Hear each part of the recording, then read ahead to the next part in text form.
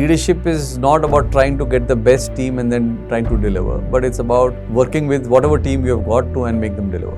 Ladies and gentlemen, at the India Diversity Conclave, and I'd like to invite on stage with a big round of applause, let's welcome Mr. Rohit Pathak. Tell me about your childhood. I'm an army kid. I think it was probably the very beautiful phase of my life. Where do you see this helping you, the artificial intelligence? I'm still a bit of a skeptic. I won't say skeptic, someone who's cautious on where we use it and where we don't use it. But what is that thing which actually you are able to carry into your leadership? Decision making. The triple negative. Yes. What was the impact of knowing this first? First we lost my mom-in-law, Aarti's mother, and the same night Aarti discovered that she has breast cancer. Everything went into a disarray. How do you manage your time? I keep 20-30% of my calendar free. If I have to find a word to describe you in your own words, what should that be? I don't know, yaar. I think you should. You have done my interviews. You should tell me what comes to you as the word. To you, what is your Ek Disha? Ek Disha mein, we talk to a lot of people. And we talk to people who have done something big in their businesses or in some other ones.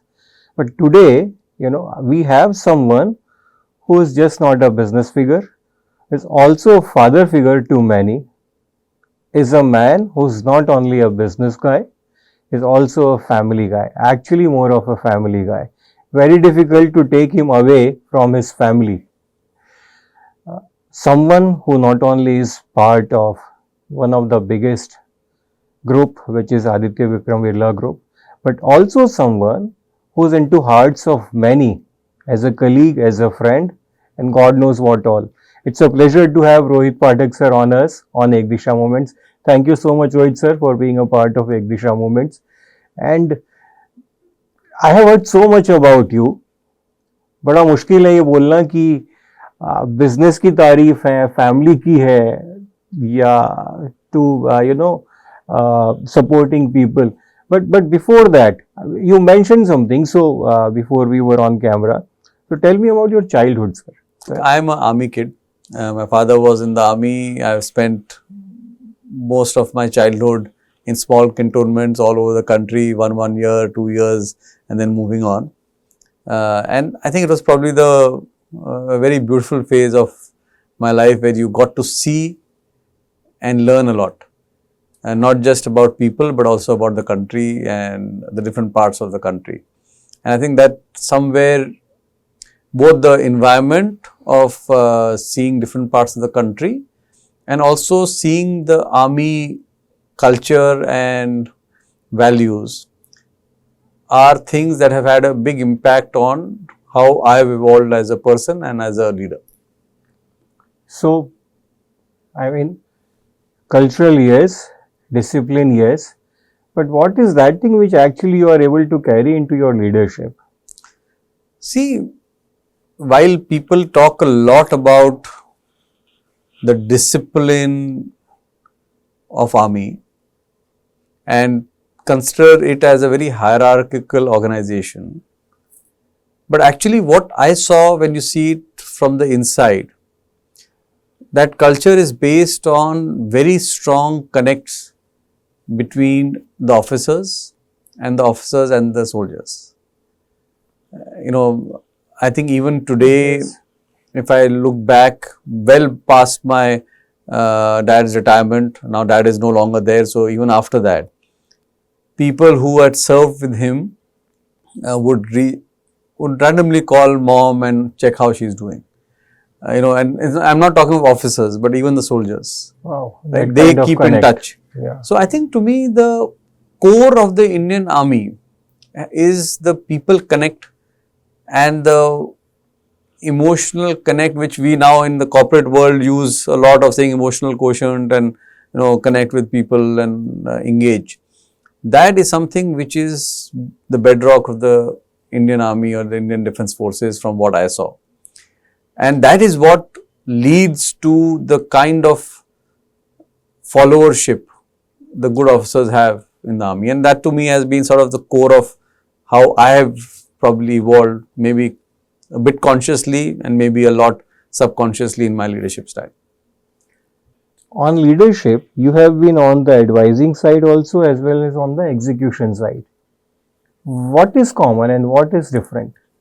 So I think the common part is quickly analyzing the situation or the industry context. When I was in McKinsey and then even here in the chairman office, you got enough exposure to quickly understand the industry. And because you are a little removed from the day-to-day operations, you could have a little more unbiased view about the industry or the situation because you are a little far removed. You are more of an observer versus a participant, right? And that gives you an opportunity to think of it and look at it differently. So that I think as that learning helped me a lot because I had 10 years of that in McKinsey and then at the Aditya Birla Group.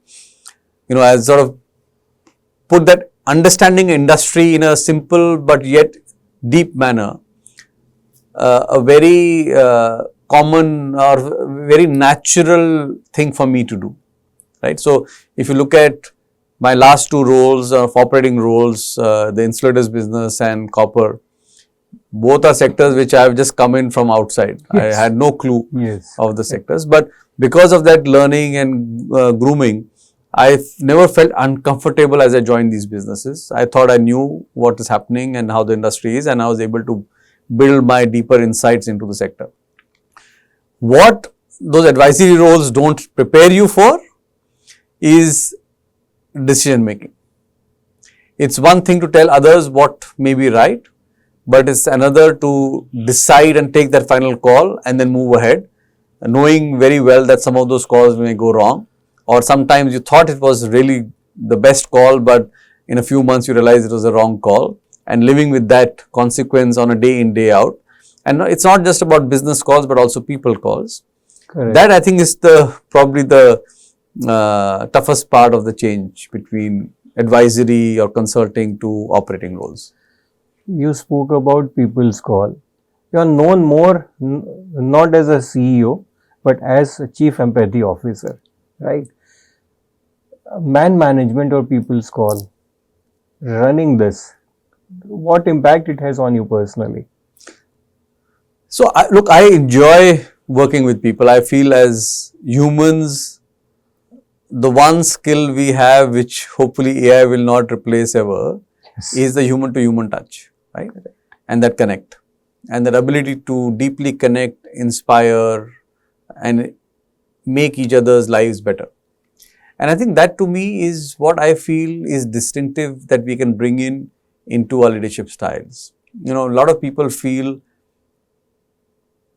leadership is around giving answers and solutions, right? I feel a lot of it is about helping the team figure out their solutions. And maybe for me it's easier to say because I have not come from any one sector, so I don't have a specialization. If you look at my journey before I took on my first operating role, 15 years, I was not specialized in any sector per se. So maybe that's what's so because I'm not an expert, I'm not jumping to an answer because I'm not an expert in anything. In copper also, when I came in here, I have no clue of how had no clue of how the plant runs or what the sector is. There were people in my team who knew much more, who have been around for much longer in this sector. They know in and out. So I've always thought of my role as a leader as someone who's helping people come to the right answer versus having the obligation on myself to give the right answer each time. And that I think is the big delta. I see especially a lot of people who have grown in the same dimension or the same function or vertical or business, because they are so deep and they have seen that business over a long time or that area over a long time.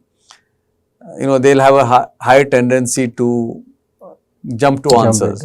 Whereas for me, that obligation has never arisen because I have a gut feel. I work on building my gut instinct for the business apart from the rational thinking. But I'm okay taking someone else's idea or answer if that seems better. Sir, but okay, so you have a bird's eye view when you arrived Yes. into on Yes. the ground situations, right? But there are people, as you said, who have much more deeper and better exposure or domain Yes. experts, right? How, and there will always be a challenge Yes. to manage that in Yes. terms of egos, thoughts, Yes. a lot of things. Did you face that? No, obviously, I think that's, look, but that is what the leader's The job leadership, is, right? yes, yes. And for me, look, the two skills which I bring in from my experience was a bit of strategic thinking and people skills. Okay. And people skills, one from what McKinsey and consulting as a profession taught you, because you had to influence a lot of people, work with a lot of different types of people. You got just a very wide spread of people to engage with regularly. And also people skills from what we were talking earlier of what I observed and saw and grew up, in which is the army context, right? And I think that has helped me significantly in how I interact with people. Yes, you will have people who, and ego clashes that will happen, and but how do you work around those? How do you build a team? And how do you work with the mindset where you are if people start seeing you as someone who's come here to help them succeed, it changes most people in how they operate and think. Yeah, that takes time. That takes a lot of patience. Yes. But so when you try, strategic thinking would also mean that you would anticipate a lot of things Yes. and try and assume or anticipate. Yes. A lot of anticipations or the gut feel must have gone wrong also. Yes. Right? How are you seen in those situations as a leader? By the team, not by... So look, because it happens. Yeah. Right? See, look, I think as long as you have taken a decision collectively and you heard everyone before taking a decision, Yeah. I think that challenge doesn't really arise significantly. That challenge is very large if you are taking decisions which people are not part of, right? And it's just based on a gut instinct, you've not explained it. But one of the things which I do as a style is even when I work with my team and they come to me for a decision, I don't give them a decision. I typically try and tell them how I am thinking about it, and hence this is what we should do, right?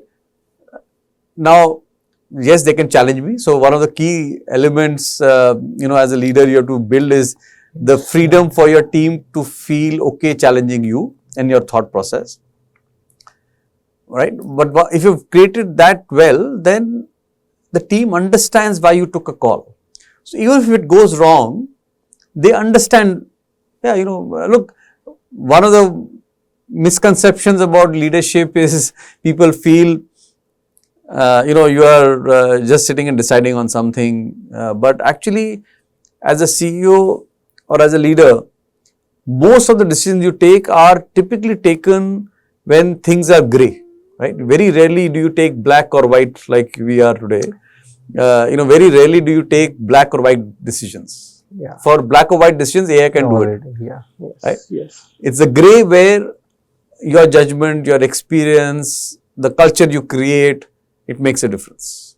Some of them will still go wrong, but that's okay. As long as you have involved the team, I think team is quite fine, with the outcome. You spoke about artificial intelligence and also the actual intelligence part actually. Yes. Where do you see that it is helping you in terms of mixing both? Because you again mentioned just now that a lot of things, that the black and whites can be done by the operational people or the running systems. Where do you see this helping you, AI, the artificial intelligence? So look, it's a very fast evolving, rapidly learning field and very controversial. The fact that it is becoming powerful and a lot more intelligent than it was just a year ago is, I think, a given. Right? I think if I look at some of the kind of snapshots, suggestions, articulation that the AI models are giving to any question that you may ask is very powerful. So, I think as in business, and a lot of people are even in personal lives, are using it a lot more actively, right? And it's coming close to reasonable, maybe sometimes very sharp suggestions, answers, decisions. So I think, yeah, it's something that is evolving very rapidly. But I feel, I'm still a bit of a skeptic. I won't say skeptic, but someone who's cautious on where we use it and where we don't use it. Yeah. Because as humans, we have to also build our own instincts. Yes. For example, when we are using AI at our plants, one of my mandates to my teams is, yes, you build the AI model, you build, the tools around it, but I want each of our operators to also understand the logic of the AI model, so that over time we don't lose the knowledge and insight we had about the plant and the operations. Otherwise, later on, 5 years down the line, people say, I did this because the model said this, but I don't know what's happened in the plant, it's gone wrong, right? I don't want, and you look, as I grew up, if a car got spoiled, my father was very capable of opening the bonnet and fixing it. I can't do today, right? So while some of this skills being lost is okay in our lives in this form, and you can just get a service at the plants where, especially manufacturing plants where our teams are working, I want to ensure that we are not compromising on the quality of knowledge of the people on the ground, right? Because it could lead to a safety incident. While we can broadly follow what the AI is saying, I want the understanding of it to be very strong at the plant. So that's, I think, the only risk I see. Second, of course, so one is you should not lose the knowledge. Second, as humans, we should not lose our ability to learn.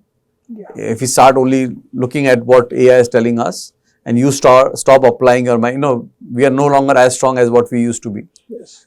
We soon, 10 years down the line, we will not be as intelligent as we used to be if we don't exercise the mind sharply enough. And that is something that I feel strongly that we should continue to work on and encourage more versus discourage. Where do you see the current generation of colleagues in the same context where AI is a given? Yes. But actual intelligence is required more in terms of upgrading your knowledge or upscaling. Where do you see the team embracing this or taking this as an acceptance that, yeah, we should be? See, if you look at the talent coming in now into the workforce versus, let's say, 20 years ago. Yeah.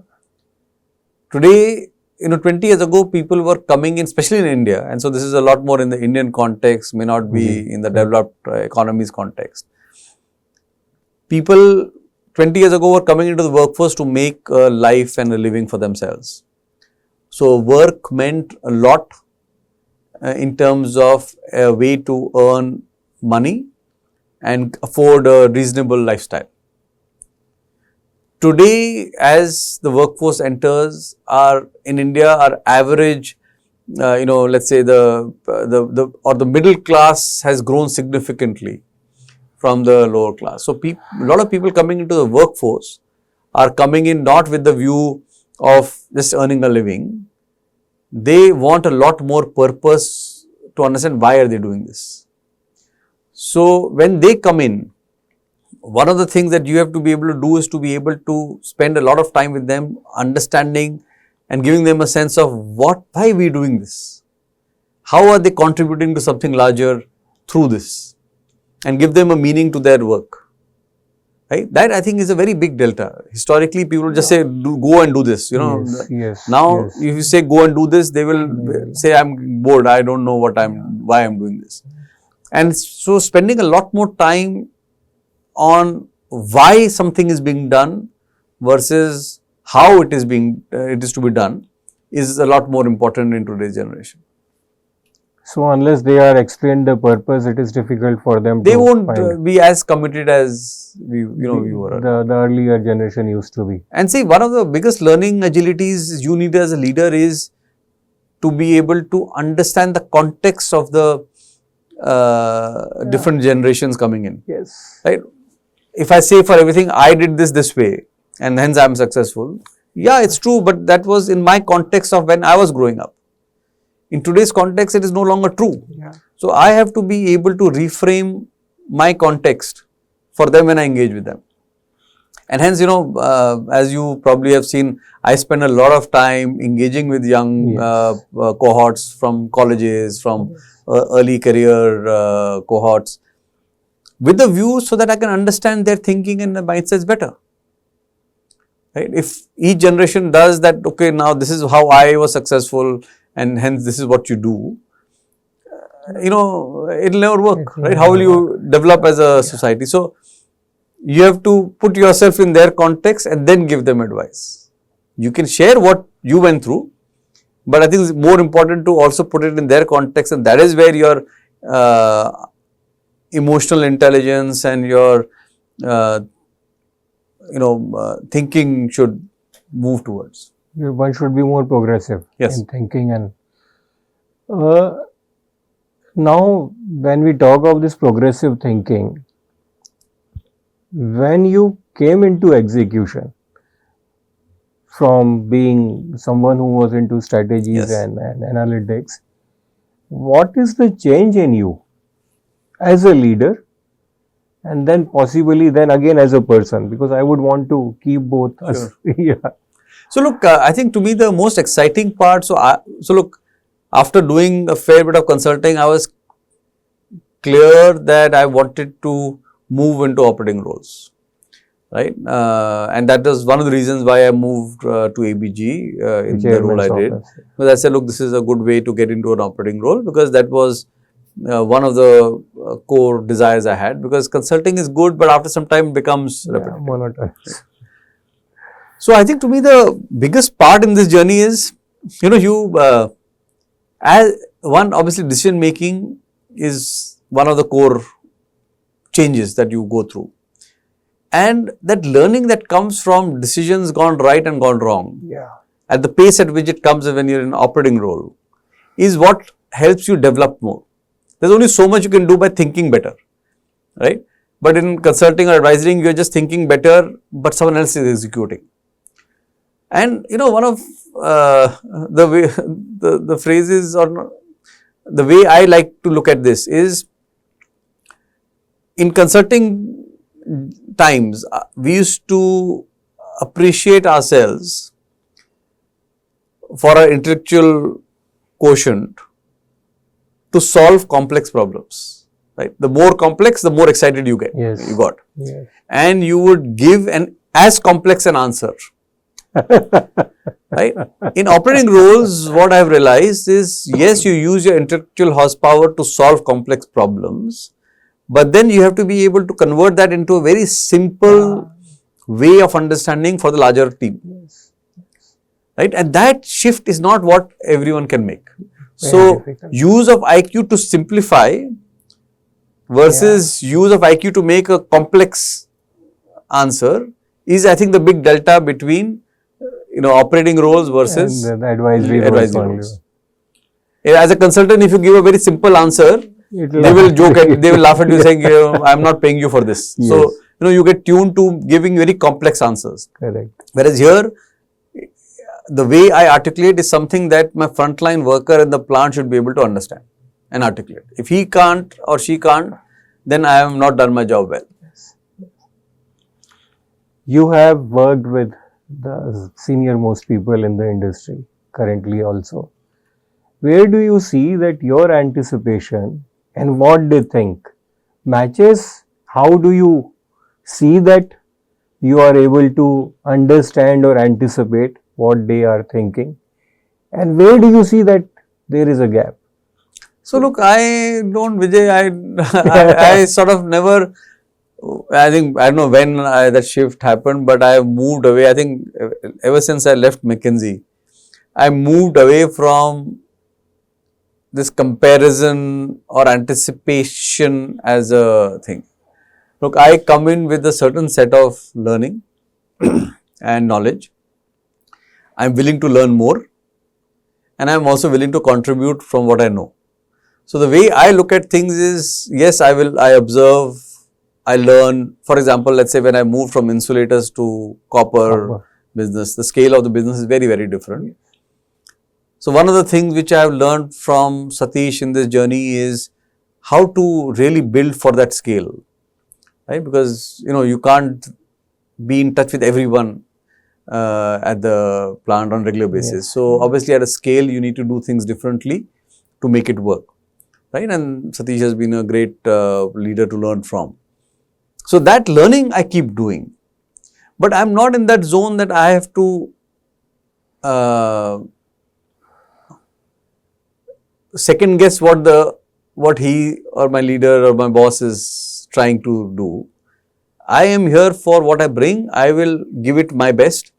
I am willing to take inputs from anyone, whether it's senior, junior, I don't care, right? I am willing to take different views and then offer what best I have.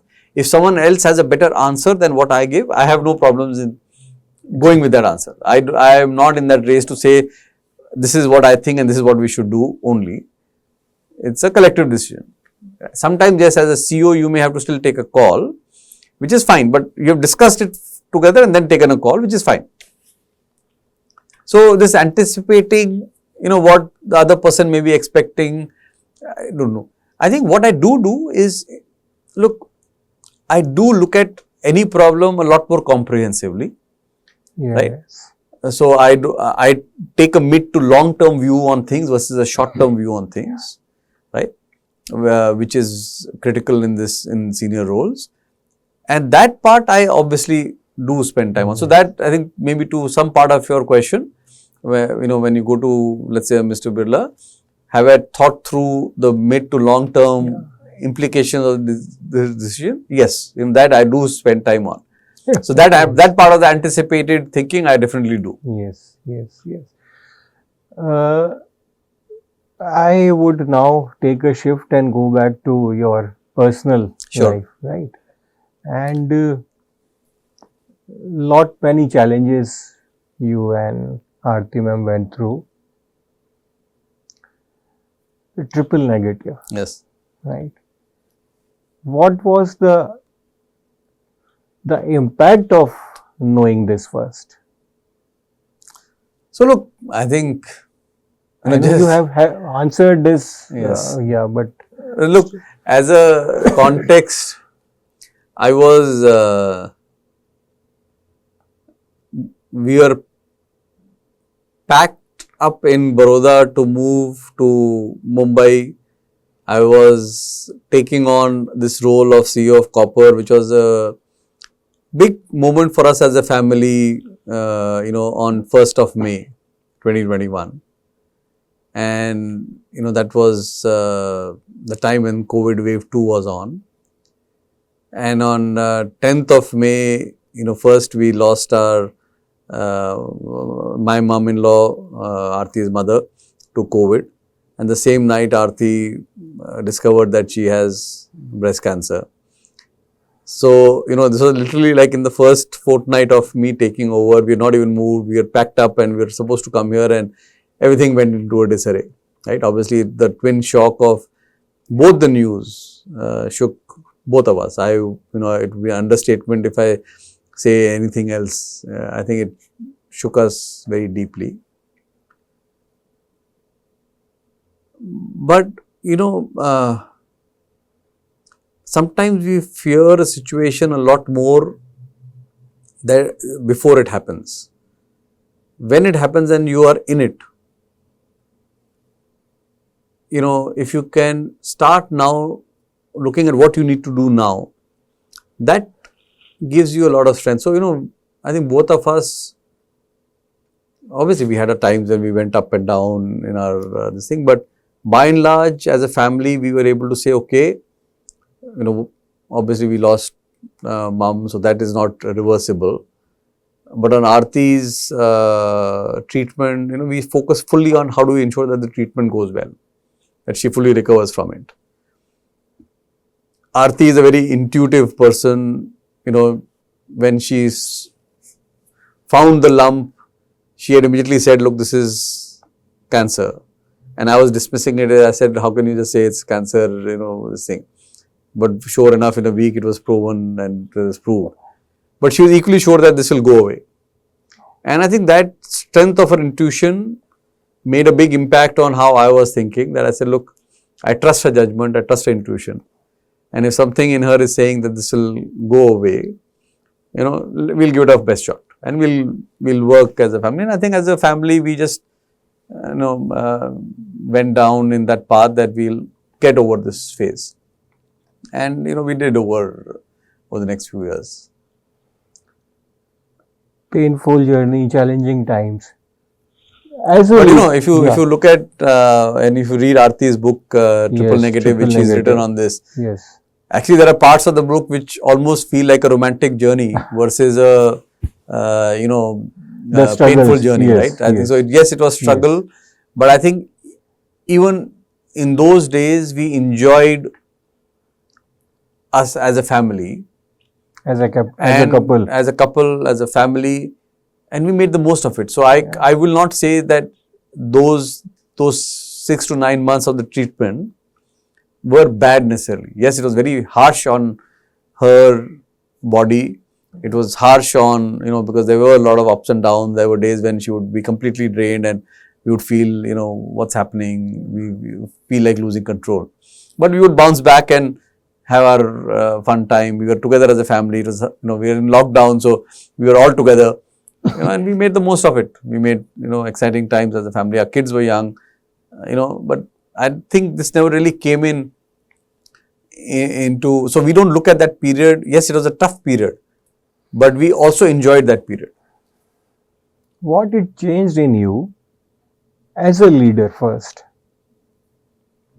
So I think one is, I think I've probably further realized the importance of connecting better with our people at work. As leaders, many people feel you're supposed to be, the more distant you are to your team, the more unbiased you may be. But I think to me, the deep connects and understanding what's happening in the lives of your people is very, very important. Right. So, one of the things, for example, as a leadership team we have done here in Copper, 3-4 years ago, 3 years ago, I think we sort of created, me and my direct reports of 7 or 8 of us. Every 6 months we sit together for a couple of days and talk just about our personal journeys. Oh, nothing about the business. That is rare. Just personal journeys of childhood, how we grew up, what impression, what made us what we are today, what is of value to us, and we spend all of our time on those conversations, right? Obviously, we come to some of the behavioral parts of how we are working well as a team, but a large part of it is understanding each other as people and what's happening in our lives now. Because one of my key beliefs is that, look, this is a false notion that work and personal lives are different. In corporate world, we like to say, keep them compartmentalized, keep them different. But I feel they are very integrated. Yes. And it impacts you mentally, emotionally, what's happening at home or what's happening at work.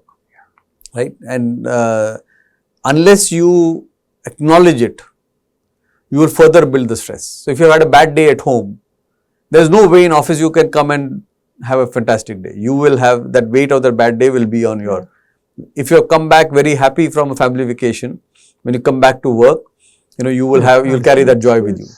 So I think, to me, the investment in understanding the people and what's happening in their lives is something that I do a lot more consciously after that.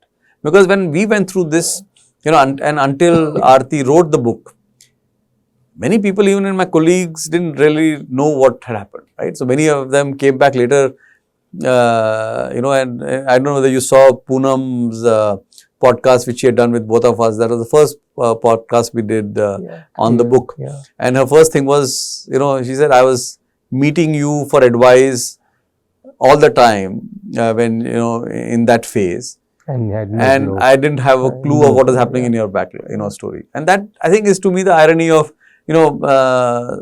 what we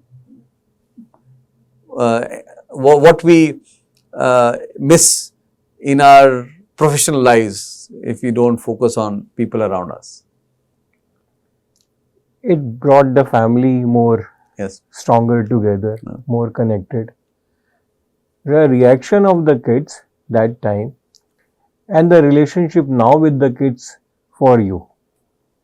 So look, they were young that time. They were 10 and 12 in that age. But I think somewhere the buoyancy of how Aarti and I and my mom was staying with us, how we all took it. I think they also, and they did their Google research, that time it was work from home, they had all the computers, they would just search various things. So somewhere I think they also felt reasonably confident that we'll get over this. So I think they never got into a zone of fear. I'm sure they would have had fears, but they didn't get into the zone of fear. And I think, the power of having gone through such a tough phase together so well and happily has played into their characters, into what they're becoming, right? So I think they have not been scarred by that time. They have probably come out stronger from that time. And, now obviously they're grown up, but I feel, they've emotionally handled it very well. They're emotionally a lot stronger and better than, many other kids today. Of the same age, yeah. Right, and I think that's something which, The blessing. is blessing for us. Yeah. When you work not as a CEO, but as a colleague, because you like to interact as a colleague more and only you take the boss sides when it is required. How do you see a reaction which you know that this is not going to be the right reaction of some team member?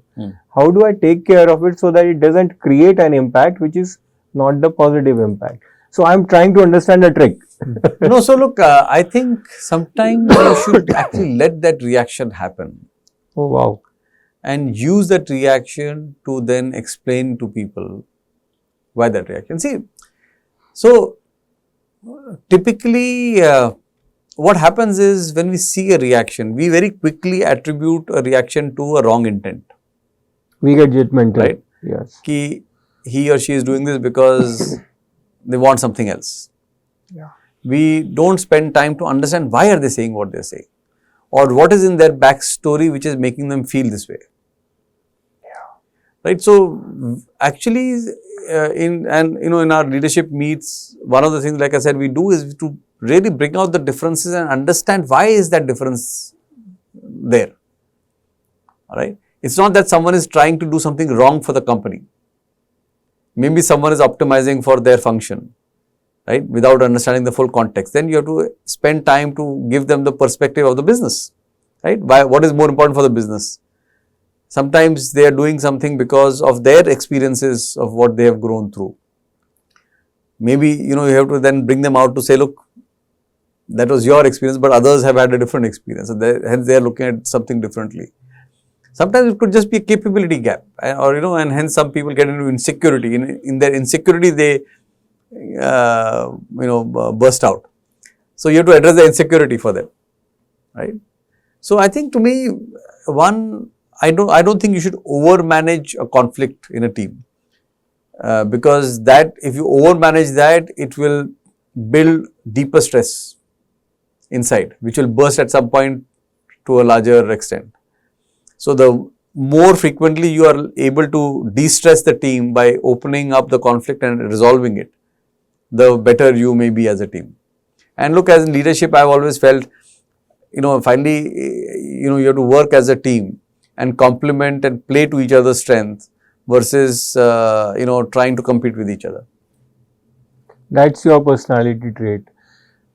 How do you, and I again want to go, because leadership is something which would largely be the reason I would want audience to understand your skills in terms of, still, where do you see that this is your intent that people should grow, they should expand their canvas.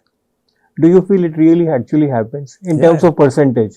Yeah. So look, not everyone will, there will be some limitations some people will have in their career growth, and it's equally important to be upfront with them and tell them on some of these areas. But I think if you give the right environment and support, people can grow. So look, I am a firm believer of two things which I follow. One is, leadership is not about trying to get the best team and then trying to deliver, but it's about working with whatever team you have got to and make them deliver. So that's, I think, point one. Wow. Right. The second is, as a leader, you have to help the team members reach their potential. So your larger role instead of trying to solve the problem is if you can help solve their thinking or their perspective and bring the 2-3 right people together, you will automatically do well in the business. So I spend a lot more time on this interpersonal dynamics and helping them work better as a team than solving business problems. And it becomes an outcome of this, right? And look, sort of I'm in that zone where I'm not working towards a certain career goal. And this is something which I've had for the last 8-10 years, so it's not something new. But yes, I'm not saying I don't think about what will happen to my career. Obviously, all of us will think about that and that. But that's not what is driving how I think. I feel that one, you have to be in a net give mode versus take mode, right? So, are you giving back more to the people around you? Are you giving back more to the organization? And keep the conversation there, automatically things will come. Okay. So, but you have to first give. If you start saying, yeah, I have given this, now what have I got? If you get into the transaction, you're lost. So, you keep giving and the take, the incoming will happen over time. Yeah, you can't be transactional. Second, I have focused on saying, am I able to create more value? And if more value is created, everyone will have more to grow. So, India, we have come from a scarcity mindset in general. So, the DNA is very deep of trying to compete versus creating more. So, one of the things I have consciously tried to do is, with my teams, is are we creating more opportunity versus trying to fight for share. So, even in the industry forums, I am very active in many industry forums, right? One of the big push I give them is saying, let's start spending more time in how will we create a larger market through exports or through newer products that we can go, versus trying to, figure out how will we compete in a flattish market. So, professionally, your ambition is what? Personally, also I will ask, but professionally what? My ambition is whatever opportunity comes my way, do my best. And personally, you want to be known as someone who's a giver. Yeah, I think someone who's made lives around happier and better. Not just a giver, I'm saying, whether it's in the personal context or in the office context, are people around me better off having come in touch with me or no? Right? Have I made a positive difference in their lives or no? If that you do, that is what humanity is for. You're born as a human, and the core essence of that life is what are you leaving behind, not in the wealth or in the. I'm not saying those are not important. We have made a society where wealth and money and some of these things are important now. But the larger impact as humanity is, how are you creating a better environment around you? And even if it's a small sphere, I'm fine as long as I'm able to make a positive difference. So, if you have to see... That's why, I spend so much of my time on mentoring and coaching, because... You keep on doing that even now. It is all across. Yes. And across boundaries. It's not just that I do it only with my company guys or people in this. Randomly people reach out. I'm happy to support if I have the time. and I take time out for these things. If I have time, and I Yes. see that you run around a lot, and you still respond to almost everyone and everything. Yes. It's a personal experience, right? How do you manage your time? Because again, this is a kind of a leadership skill. So look, I've had this rule for quite some time that first year in a role, give it your 100%. Second year in the role, give it 80%. Third year in the role, give it 60%. Fourth year, you should spend 30-40% on that role, right? And what I mean by that is not the time you spend, but where you spend your mind and conscious times. So, like for example, let's say in my first year here, I was taking a certain set of decisions. By the second year, many of those decisions I empowered my team to take by not just delegating it to them, but by working consciously on sharing my perspective and my thought process with them and going through those iterations a few times with them so that they understand how I'm thinking. And then, then that free time that I get, I deploy to try and get new perspectives for the business, whether it is through industry associations, whether it's through different connects that I do, to just get different perspectives on how to look at the business, because that is where, not enough people spend time on, right? And like that progressively, every year you try and keep 20-30% time out for doing other things. And that's, the conversations like these help crystallize my own thoughts about leadership, about how I'm leading. Sometimes are reflective on, I may be saying something, but maybe I'm not skillfully doing it, right? So can I correct it, right? So I think each of these add up to your journey, and hence I consciously take time out. By design today, I keep 20-30% of my calendar free. My secretary, her mandate is not to block every slot in my calendar. I keep 20-30% free because I want that spontaneity, that serendipitous interactions to happen, because somewhere that is where some of the deeper insights come. So you'll find me in the office many times just walking around, meeting different people to figure out what's happening in their areas, because maybe something I'll pick up which may be relevant for me, which may not come through the formal channels. So when you do this, would you be able to recall, and this is something interesting which I was able to understand and implement? When you Many, a lot of examples. See, a lot of times you pick up what's happening in some other part of the business. For example, here we have aluminium. I would talk to that team and figure out what's happening in their customers. Some of that may be important even from our customer perspective in copper, right? So you get a heads up and saying, look, think about this. So I'll be able to tell my team, just check this out, right? Whether they are also seeing the same or not. Things like that. Yeah, it is. So a lot of cross-learning happens through serendipitous interactions. How would you differentiate a team leader who has to into sales, or someone who's getting into the customer side of it, and someone who has just sitting there as a coordinator or a manager? So I'm just trying to make it a little more. I didn't understand. So the skill sets for someone who. So I wouldn't call it to sales. See, the way I think of this thing is, look, when you start a career, you're doing things. Correct. When you become a manager where you have 2-3 people at least reporting to you, that's the first big jump in or change in the way you work. Correct. Where now you are not doing things, you have to get things done. Correct.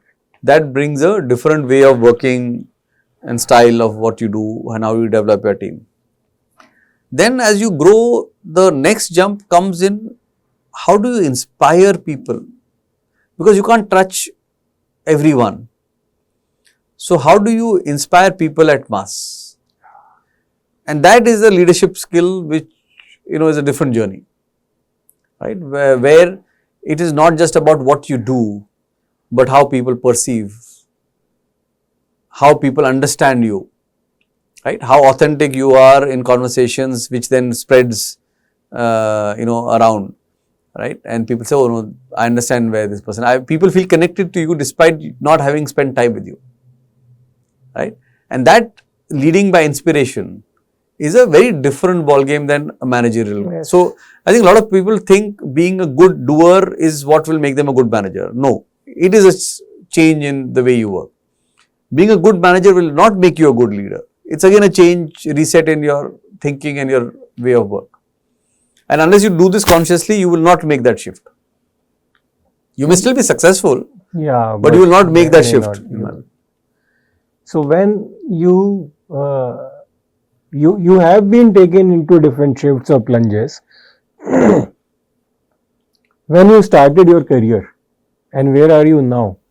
What do you see that you have been able to carry with you as a trait, and what you thought could have been my strength, but you feel no, this is something which I was not very sure about? And I don't think there is, see, the way I look at my life is, first, I'm very happy where I am today.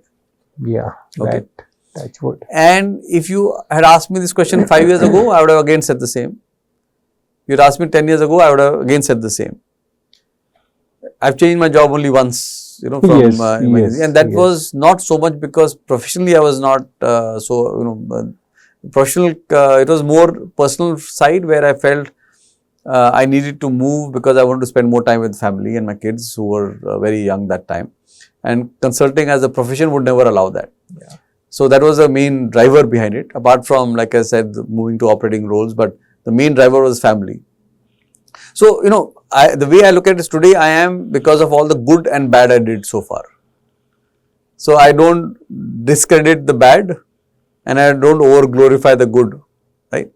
And I'm happy where I am today, and I'm sure 5 years down the line, I'll again be happy where I am today, because look, in life, as long as you're doing the right thing with the right intent, then you have to go with the flow. Arti's book talks about surrender. I think life is a lot about surrender. You can at best do your best in the current circumstances, and then you should not Leave it to all outcomes are not in your control. And Bhagavad Gita ka सार तो वही है ना, काम करो and then फल चिंता मत करो. Don't over worry. It's not that you should not think about it, but don't over worry on it. Don't let that thought be your governing factor. So, if I have to find a word to describe you in your own words, what should that be? I don't know, yaar. I think you should. You have done my interviews. You should tell me what comes to you as the word. No, to me, you are the people's person.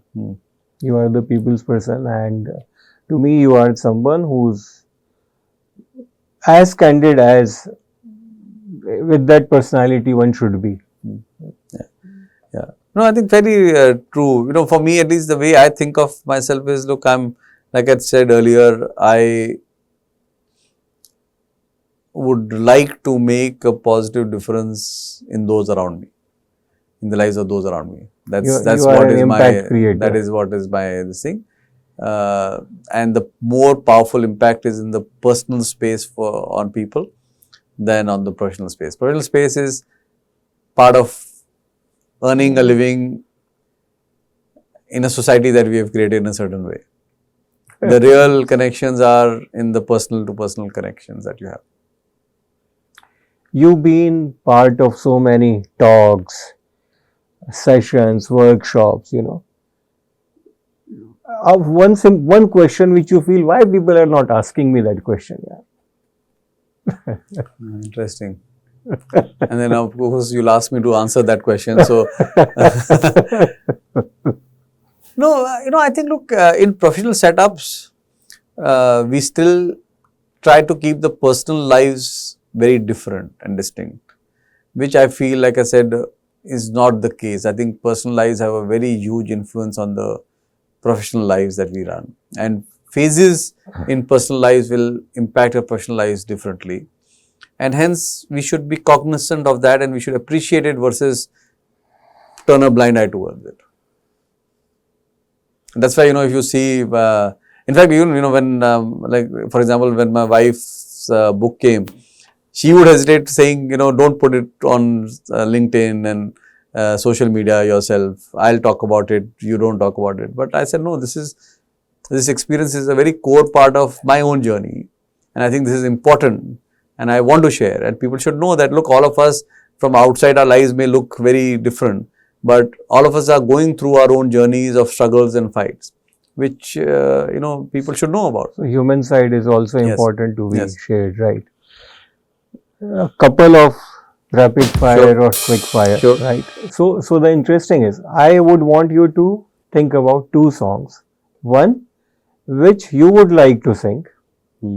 And second, when you enter a hall full of people, you want to hear.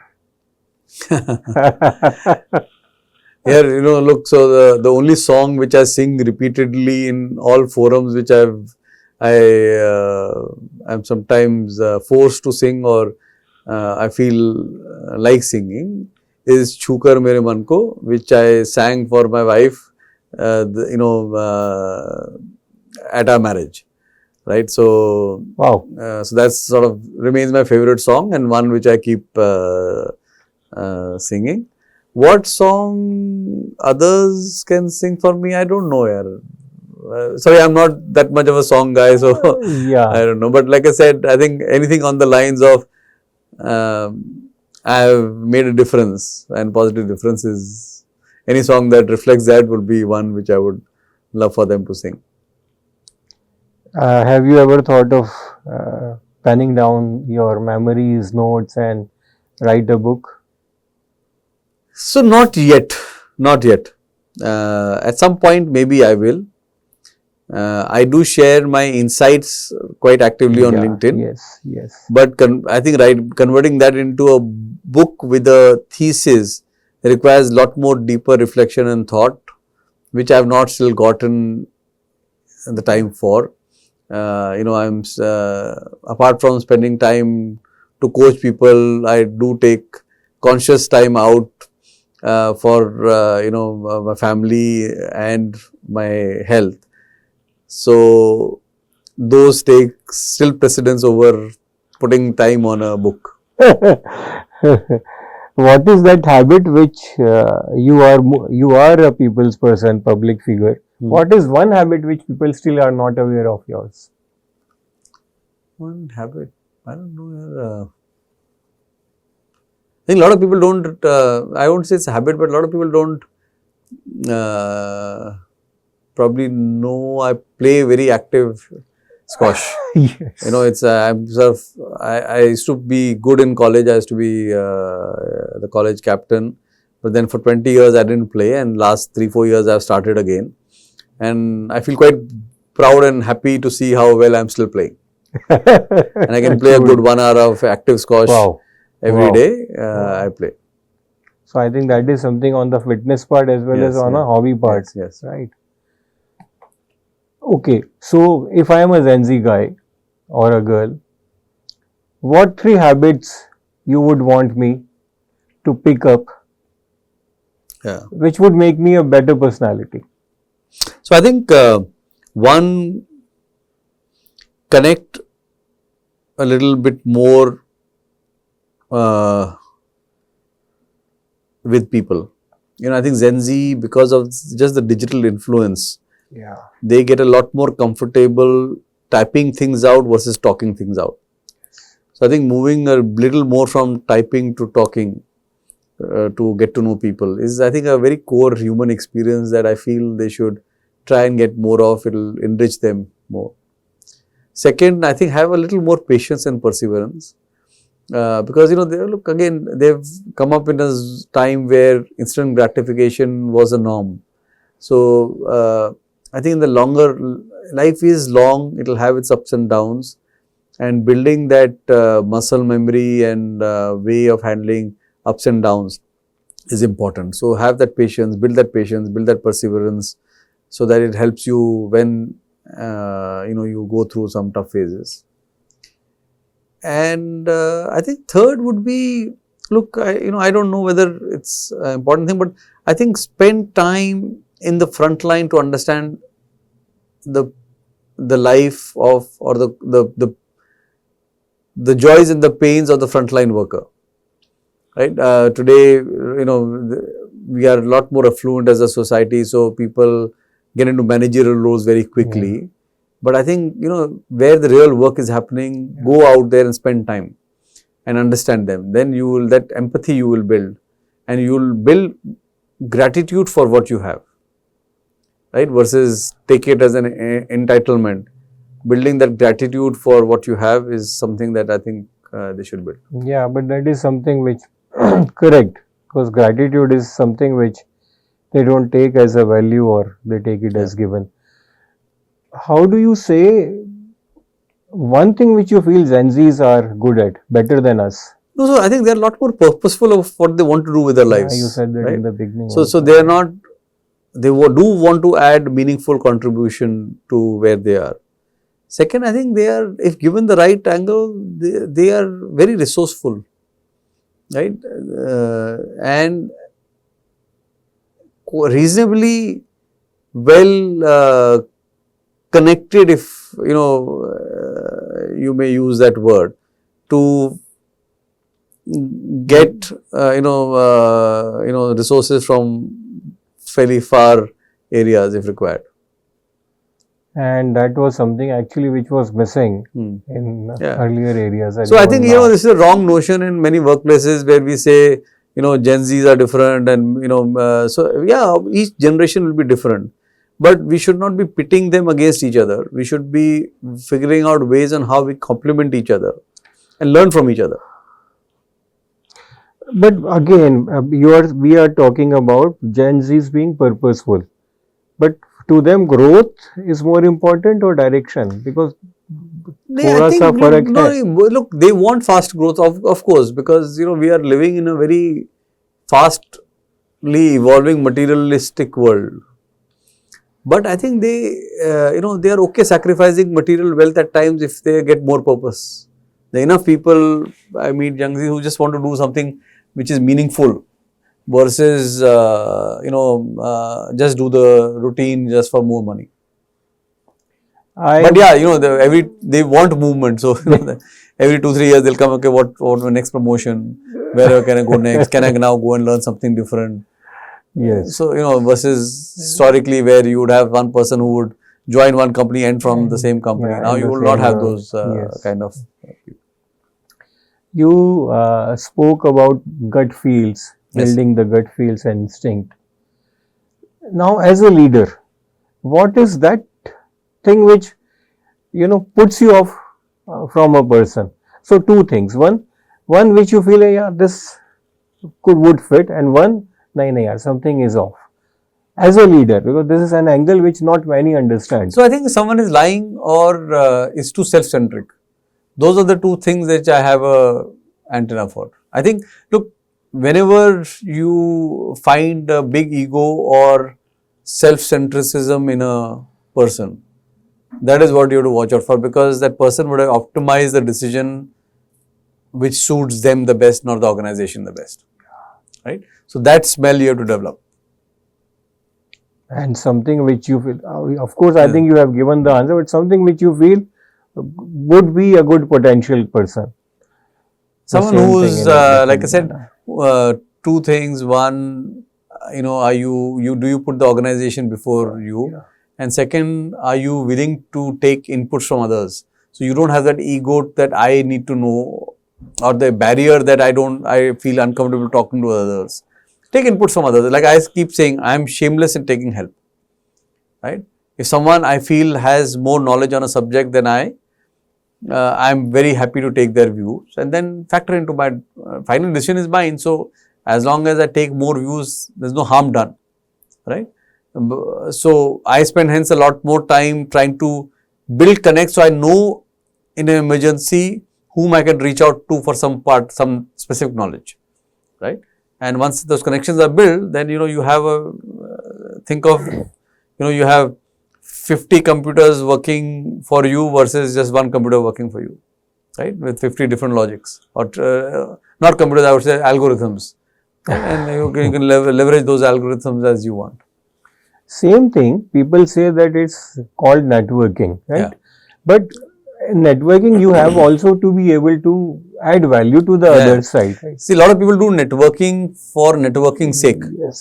and for a very small specific publicity or promotion they want to do. Very Right, transactional. transactional. I think if you do networking, like I said, if you do networking with genuinely trying to help people, when you need help, which of them will come to help you, you don't know, but someone will come to help you. Yes, yes, yes. So if you have to, so I want to ask you that if wherever you write a book, what you feel is going to be the theme or the title of the book? May not the title as such. I would say just more empathetic and engaging leadership style or something on that. Like I said, for me, the CEO role of engaging, enabling, and or empowering and empathizing are the 3 E's versus the execution in the CEO role. And that to me is something which I feel quite strongly about. So a lot of my leadership journey is around these 3 E's of what I do: engagement, empowerment, and empathizing. Few more questions, Rohit Okay. sir. What is that thing which you spoke about one of your senior, but what is few traits which you growing as a leader took from others? So I think one, I've always believed, and one of our head of McKinsey, I remember in one of the town halls had mentioned, which has stuck deeply, saying, look, every time there will always be challenges at work. You can now either sit and crib about that challenge, or you can try and make a difference. So I've always followed that route of saying, I don't care what opportunity I've got. It is for me to make an opportunity out of it, and that is what my focus is. So I have hence never gone for, let's say, roles where a lot of my batchmates would go for. Or even here, when I took the insular role, no one really wanted to take that role in small business, tough business. I took it because I said, okay, I can do something with it. So I've gone typically the other direction and said, what opportunity can I make out of this? Versus try to go for where everyone else is going, where then what new value are you adding? So I think that to me of saying, look, opportunity is not what is given to you. Opportunity is what you make of what has come to you. And to you, what is your Ek Disha? So I think to me, probably harmonizing the inner self with the professional self is probably the most powerful leadership trait that can be sustainable in the long run. This is interesting, honestly. Because people normally like to keep it different, but I feel, Yes. it has a very strong Connect and alignment. powerful effect if you are able to do it. We have heard someone who never spoke about the businesses, not the numbers, in spite of having some of the biggest numbers in Indian business industry or maybe in the global scenario, only spoke about person, persona and personality. So we will keep on watching Ek Disha Moments and we will come soon back with Rohit sir on Ek Disha Moments. Thank you so much, sir. Thank you so much.